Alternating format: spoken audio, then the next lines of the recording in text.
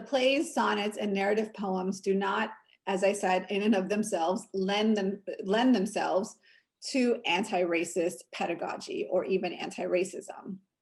Therefore, I offer these 4 provocations and questions to help cultivate an anti-racist classroom practice. I'm just checking to make sure I'm on the same page as your slide is, and I am. So what we want to think about is normative identity.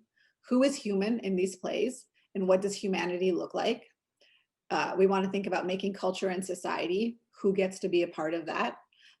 We want to consider how we can inadvertently marginalize race. So are we only talking about race in the context of Othello?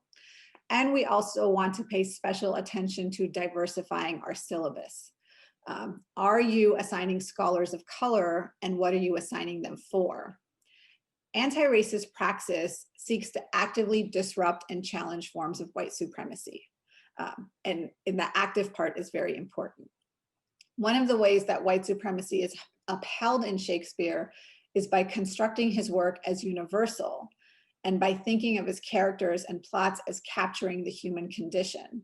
Certainly, all human beings experience the pangs of unrequited love, the pain of jealousy, the desire for power, and the grief of loss and death. I'm not denying that there is human emotion in Shakespeare.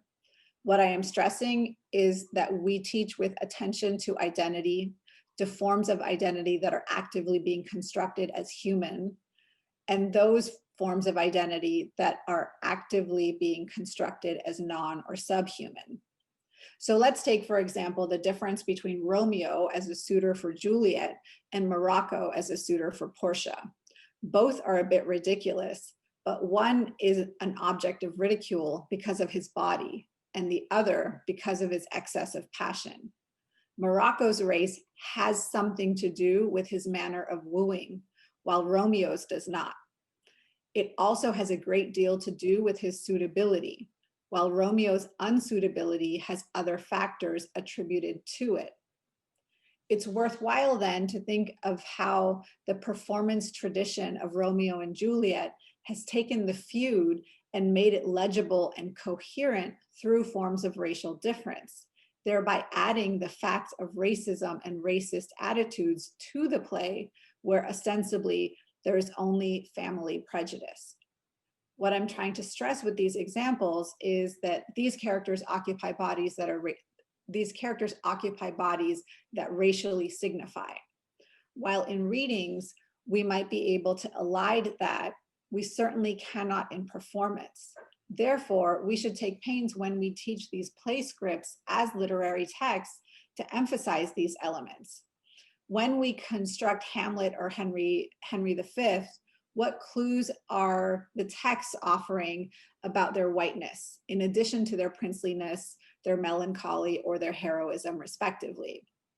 When we analyze Hamlet's Denmark or Henry V's England or France, or the France that he invades, are we considering how whiteness works alongside the formations of national or ethnic character and identity? These topics must be made pertinent to our analysis.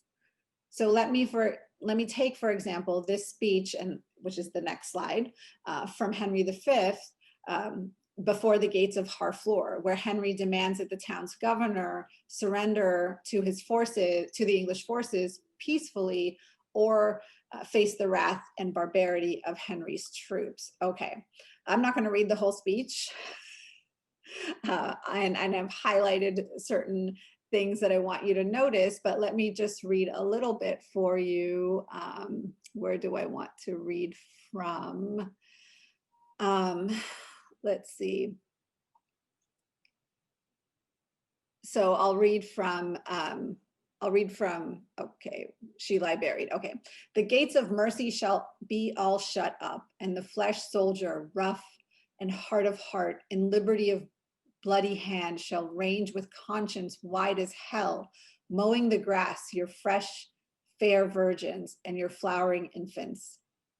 What is it to me? What is it then to me if impious war, arrayed in flames, like to the prince of fiends, do with his smirched complexion, all fell feats and linked to waste and desolation. What is to me when you yourselves are cause, if your pure maidens fall into the hand of hot and forcing violation? What reign can hold licentious wickedness? And then I will go down a few lines. And here, if not, why in a moment look to see the blind and bloody soldier with foul hand defile the locks of your shrill, shrieking daughters? And then Henry goes on. The conflict in this speech is between the English, who are invaders to this land, and the French, who are defending their territory. Henry threatens total destruction and degradation if the town does not surrender. And the language of war that he uses is also the language of darkening, besmirching, and defiling, of character, morality, and complexion. To be sure, the comparison is to the fiend of hell, the devil, yet the language which symbolically locates savagery and barbarism somatically can easily slip and shift to become the language of racial formation. My argument isn't that Henry is Black here, but that color-coded language is being used here, and its connection to violence operates, as Kim Hall contends in Things of Darkness, to instantiate the discourse of race and make certain bodies fit for the disciplining that these discourses enact. Indeed, the point here is, in fact, Henry's mercy, which is not besmirched and therefore white and pristine. And so we also see how whiteness gets made and reinforced in these kinds of moments. Such examples are useful and necessary because they allow us to talk about race more broadly in the Shakespearean corpus. It's not just the 4 race plays that we're talking about. We can talk about it in all of his plays.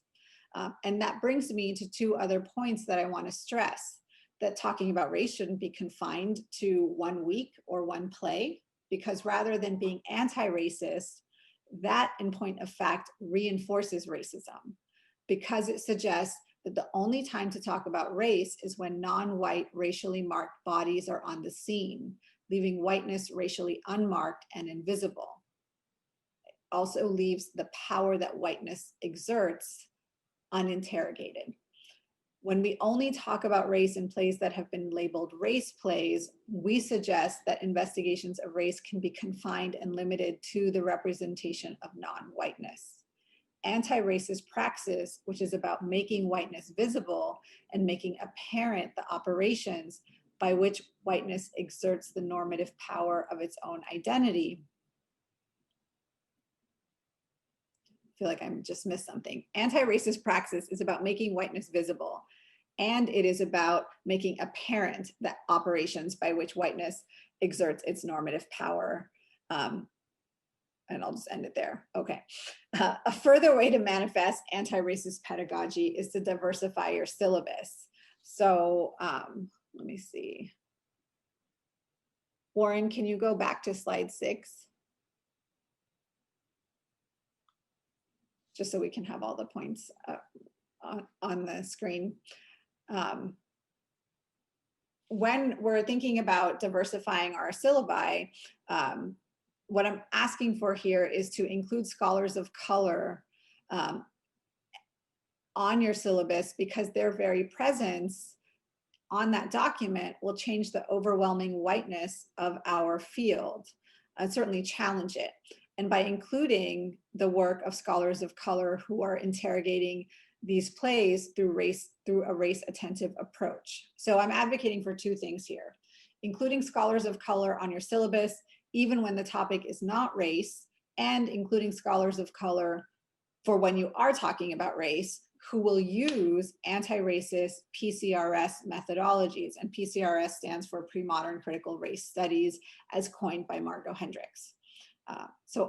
Then a final component in diversifying your syllabus is including writing and performance that marginalizes whiteness. So here, for example, I'm thinking of adaptations like Ngugi wa Thiong'o's A Grain of Wheat, which is a very liberal adaptation of The Tempest, or the Public Theater's recent productions of The All Black Much Ado About Nothing and Majority Actors of Color, Richard II. Such engagements with Shakespeare situate the work in different contexts and challenge the common way of reading, seeing, and performing these texts. They allow for our students to see Shakespeare disrupted, or to see traditional Shakespeare being performed by actors of color who bring their identities to their characters and make their race, ethnicity, and experience a part of the performance. These actors aren't playing Shakespeare white and therefore right, but making Shakespeare play in and for their own identities. Okay, so let's shift to slide 8, please. So still continuing on talking about anti-racist praxis, to manifest the kind of anti-racist praxis that I'm advocating, we must turn specifically to race-attentive methodologies. As we encourage students to understand how race works and the systems of domination that create and contribute to racial oppression, we need to give them the tools to recognize the insidious and pernicious ways that this discourse operates. At the same time, we need to empower students to do something with this knowledge that we've given them. Let me start then with race attentiveness and racial literacy. Students can only achieve both of these if they understand what race is and how racism works. In the context of the early modern classroom, if we are adhering to strict historicism, we might be tempted to deny that race is a category that had much meaning in the period. This is the canard of anachronism, which I won't answer here because it's already been answered elsewhere by many brilliant scholars. What I will say is that we are not teaching in the early modern period. We are teaching in the 21st century, and most of us are probably teaching in the United States, where race is quite salient. Therefore, if we teach texts that contain representations of non-white racialized people, then our students will bring to those texts the ideas that they have about those races already, right? Their preformed ideas will be the lens through which they will be reading. Race will be in the classroom whether or not we want it to be. Therefore, it behooves us as instructors to be prepared and lay the groundwork for contemporary understandings alongside what we might want to say about early modern understandings of race. And if we want to approach it through a historical lens, we can do no better than to start with Kim Hall's Things of Darkness to help us lay that groundwork. Understanding how race works goes hand in hand with giving students the tools to investigate their own identity intersections. You will then want to cultivate a kind of racial literacy that I've been advocating for here with my examples of Morocco, Romeo, Hamlet, and Henry.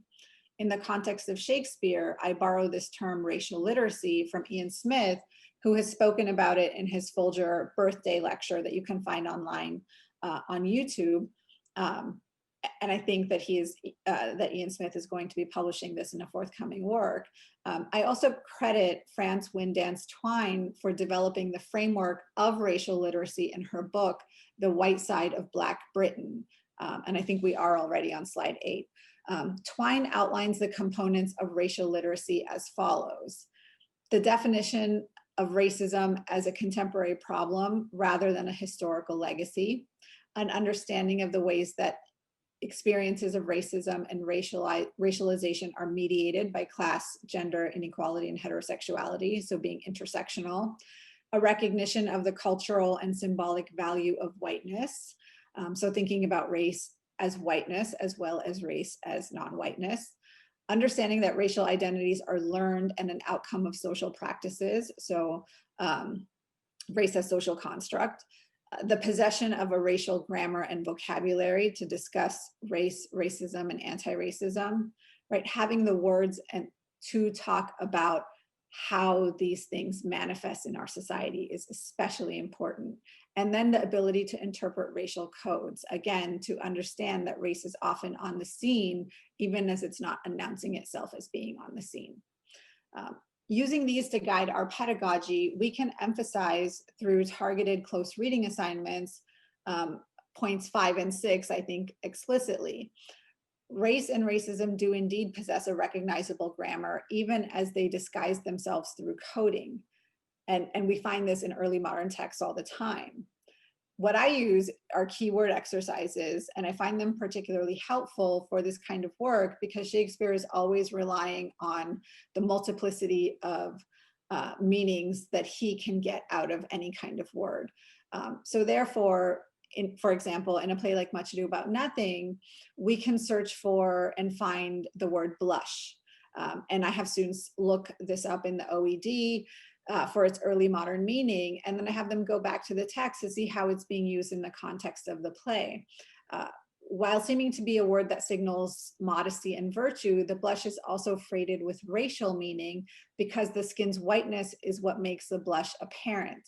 Whereas a common early modern trope is that Black skin cannot blush and therefore cannot feel or be shamed, cannot be chaste and virtuous. Using strategies like this allows for a deep engagement with the text and helps students to understand the subtle and seemingly commonplace ways in which race works. And because these plays are not inherently anti-racist, my final pedagogical practice is to give students the opportunity to reinvent and play with Shakespeare. One of the things that I often do when I teach Othello, for example, is to pair the play with some kind of response from a Black artist, writer, or performer. I think that the play's damaging representations cannot stand as the last word on Black identity. And so adaptations that talk back to Shakespeare can liberate Othello from the bondage of Shakespeare's whiteness and the white gaze that has held him in thrall for 400 years. And I borrow this language from Ben Okri, who talks about it in The Terror of Shakespeare. We can offer our students opportunities for similar artistic disruptions. And this assignment I take from Francesca Royster in her article, Rememorializing Othello, in the MLA Approaches to Teaching Othello. Here she shares an assignment that she calls a visual commemoration. And in that assignment, she asks students to design a depiction that symbolizes the life of Othello. She offers them several guiding questions, such as, quote, would you depict him as a warrior, wife murderer, gullible dupe, or victim of a campaign of hate, for example? Would you create a memorial to a fallen man or a warning for the people of Venice? How might you capture the play's complexity in a set of visual images? End quote. This assignment tasks students to utilize a different medium in order to intellectually engage with the play's many and varied representations of Othello. Royster's assignment is also an homage to the rich visual tradition that surrounds the play, which has usually been white and male, and so it further challenges the perspective of that gaze. Giving students power and agency to question the race logics at work in Shakespeare facilitates their critical positioning vis-a-vis racial orthodoxy. We're able to give them a safe space in which to experiment with these ideas, and we can hope that they will take these investigations beyond the confines of our classrooms and our courses, and that these critical thinking skills about race will be transferable not only to their own courses, but in the wider world. And so to answer the question that is the title of my talk, I think that we can have an anti-racist Shakespeare, but we can't have him without the work of critical race theory.